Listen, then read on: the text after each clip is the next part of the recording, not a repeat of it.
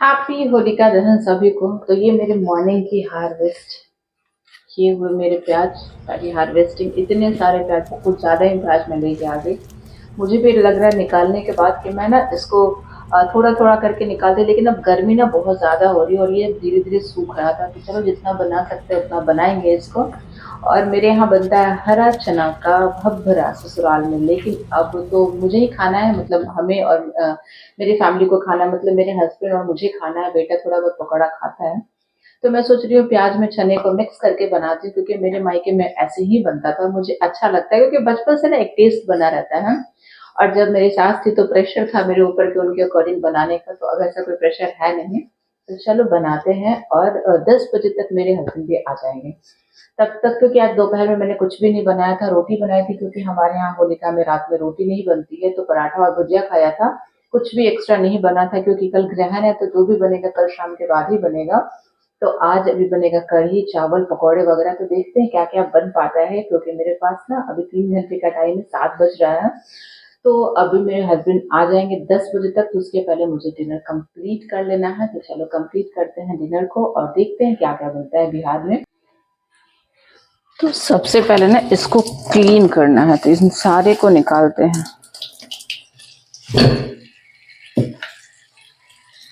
This is the main task, ये मिट्टी clean करना। देखो अगर मैं छोड़ देते ना तो कितने सारे प्याज निकलते, देख रहे हैं।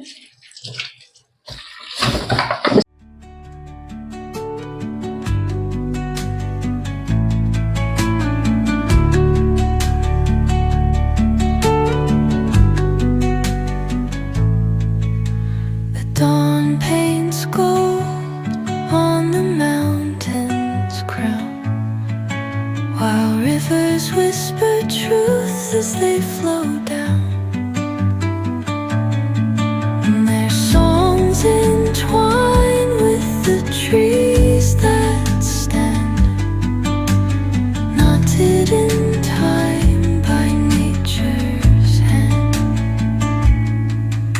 Each echoing step on the forest floor opens a world through an ancient door. The silence alive, yet brimming with sound. In the arms of solitude I am found. Oh, whispering pines, sing me your tune. Caught in the rhythm, the stars and the moon.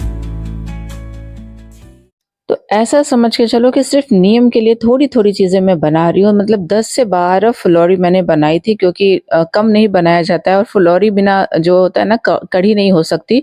मेरे घर में किसी को पसंद नहीं है, सिर्फ मेरे हस्बैंड बोलते कढ़ी बना दो, उसमें ना कुछ भी मत डालो। मेरे बेटे को भी सिर्फ और सिर्फ दही वाली कढ़ी पसंद है, लेकिन हमारे यहाँ बोला जाता है कि बिना फुलौरी बिना पकौड़ी की कढ़ी नहीं होती है। तो मैंने थोड़ा सा नियम करने के लिए बहुत छोटी छोटी पकौड़ियाँ तली और कढ़ी बना ली, और ये ना सिर्फ और सिर्फ कल शाम तक चल जाए वही बहुत है, क्योंकि ग्रहण के बाद तो कुछ भी बचेगा वो फेंकना पड़ जाता है। तो थोड़ा थोड़ा सारा चीज कितना भी करो वो बहुत ज्यादा हो जाता है, सेकेंड डे भी खाना पड़ता है।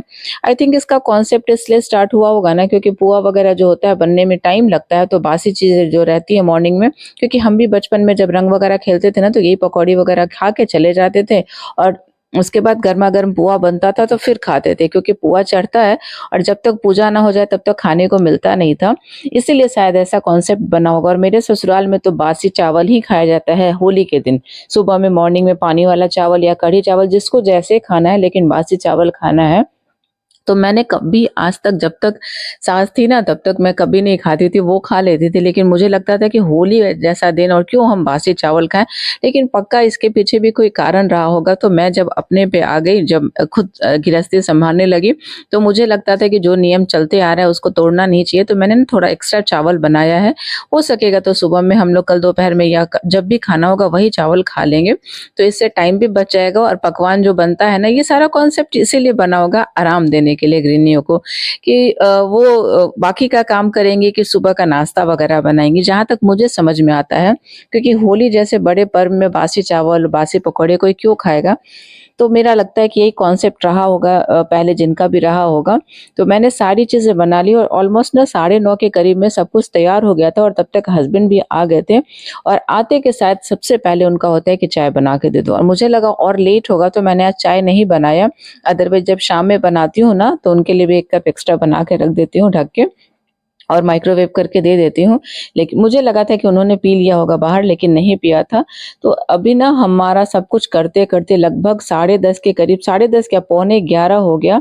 तो मैं मतलब थोड़ा-थोड़ा हम चावल निकाल रहे हैं क्योंकि बहुत लेट हो चुके हैं और अभी खाना खाना और डाइजेस्ट होगा कि नहीं पता नहीं। ऐसे अभी हम सब टहलने के लिए जाएँगे नीचे क्योंकि मेरे बेटे की ना ऑलरेडी तबीयत खराब चल रही है।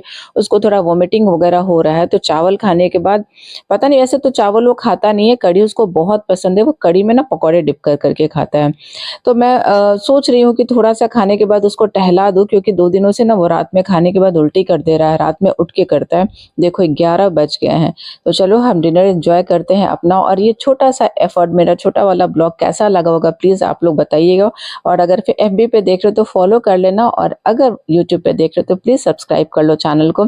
छोटे-छोटे वीडियोज़ डालने की कोशिश कर रही हूँ क्योंकि अभी ब्लॉगिंग न्यू है तो बहुत ज़्यादा लंबा वीडियो मेरे से नहीं बन पाता है और घर का काम करते-करते शूट करने की कोशिश कर रही हूँ। धीरे-धीरे अपने आप को परिपक्व करने की कोशिश कर रही हूँ। तो अगर ये छोटा-सा एफर्ट अच्छा लगा होगा तो प्लीज़ लाइक, सब्सक्राइब कर लो, शेयर कर लो और अच्छा-सा एक कमेंट छोड़ दो। हैप्पी होली! बाय।